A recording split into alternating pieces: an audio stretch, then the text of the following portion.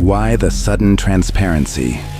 Questioning decades of secrecy amid recent UFO file releases and troubling patterns. For over 70 years, the US government maintained a posture of official dismissal, ridicule, or outright secrecy regarding unidentified flying objects and anomalous phenomena. Project Blue Book closed in 1969 with the conclusion that most sightings had mundane explanations and nothing indicated a threat or extraterrestrial origin. Whistleblowers and researchers who claimed deeper knowledge often faced marginalization. Then, in May 2026, the Department of War launched the Pursue initiative, releasing tranche after tranche of declassified UAP files, videos, documents, historical reports, and first-hand accounts on a public portal with promises of more to come on a rolling basis. Why now? After generations of compartmentalization, why flood the public domain with material that was once tightly held? The contrast is stark, and it invites uncomfortable questions about timing, motive, and what may have changed or what risks are being managed. A shift in the information environment. Several factors could explain the pivot toward greater openness.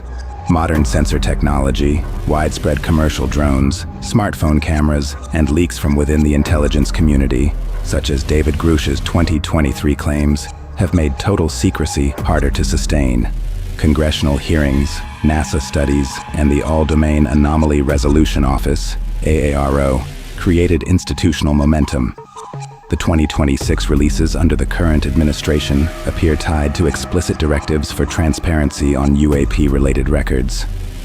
Yet the scale and speed of the May 2026 drops dozens of videos and documents in quick succession feel different from the cautious, heavily redacted releases of the past. Proponents of disclosure see it as long overdue accountability. Skeptics wonder whether this represents genuine paradigm-shifting honesty or a controlled narrative release designed to shape public perception, preempt larger leaks, or serve as a distraction during periods of geopolitical or domestic tension. History offers precedents for both managed transparency and information warfare. The human cost. Voices that went silent. The question of why now sharpens when placed alongside the stories of individuals who claim to possess dangerous knowledge and paid a heavy price. One of the most cited early figures is Phil Schneider, a self-described geological engineer who, in a series of 1990s lectures, alleged direct involvement with underground bases, exotic propulsion, and non-human entities. He repeatedly stated in recordings that he was not suicidal and warned that if anything happened to him, it should not be accepted at face value. Schneider was found dead in January 1996. The official ruling was suicide. To this day, his case fuels arguments that certain lines of inquiry carry existential personal risk. A more recent and particularly poignant example is Dr. Amy Catherine Eskridge. Born in 1987 in Huntsville, Alabama, home to NASA's Marshall Space Flight Center and a hub of aerospace activity, she earned degrees in chemistry and biology and pursued interdisciplinary work spanning physics, electrical engineering, and related fields. She co-founded the Institute for Exotic Science and, with her father, Richard Eskridge, a retired NASA engineer with plasma propulsion experience, explored concepts in gravity modification and electrogravitics. In a 2018 public presentation to the Huntsville, Alabama L5 Society, HAL5, she reviewed the historical arc of anti-gravity research, from Thomas Townsend Brown's early electrogravitic experiments through later claims and challenges. She framed gravity modification not as pure fantasy, but as an area worthy of rigorous, independent investigation, work she positioned as potentially transformative for propulsion and energy.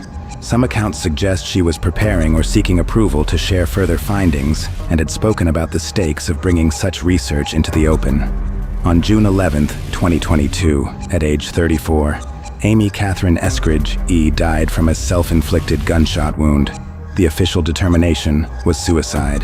Her father has publicly stated there is nothing suspicious about her death, emphasizing that scientists, like anyone else, can struggle with health issues or personal challenges, and that scientists die also.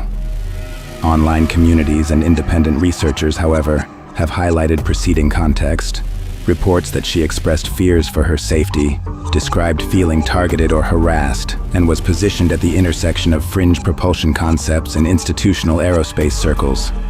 These narratives place her within a broader, contested list of scientists and researchers in advanced or unconventional fields who died young or under disputed circumstances. No public evidence has established foul play in her case, and extraordinary claims require extraordinary proof. Still, the pattern: talented individuals working at the edges of propulsion physics dying young, sometimes after voicing concerns, continues to generate suspicion among those who track suppressed technology lore. What does the pattern suggest?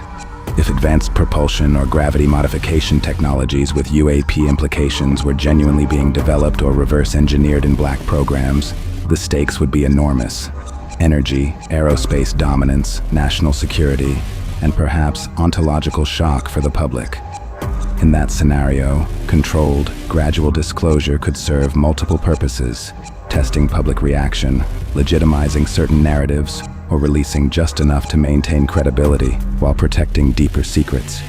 Conversely, if the core phenomenon remains largely prosaic, drones, balloons, sensor artifacts, and a residue of truly unexplained cases, then mass declassification carries lower risk and can be framed as transparency theater or bureaucratic momentum.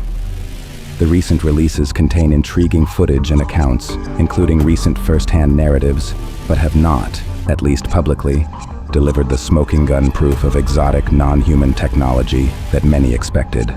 The deaths of figures like Schneider and Eskridge complicate any simple narrative.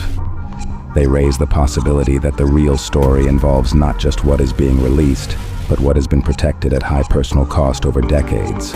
They also remind us that correlation is not causation.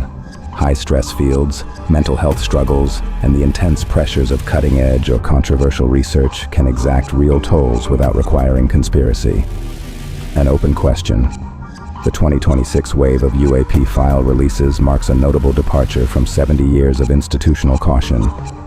Whether this reflects a strategic decision that secrecy has outlived its usefulness, a response to leaks and technological realities, or something more calculated remains open to interpretation. The stories of researchers who claim to be pushing boundaries and who are no longer here to tell their full stories add weight to the suspicion that some knowledge has always carried consequences. Truth-seeking demands we examine the released files directly, scrutinize official explanations, and apply the same rigor to claims of suppression and suspicious deaths. Extraordinary possibilities deserve investigation, but they also deserve evidence that survives scrutiny.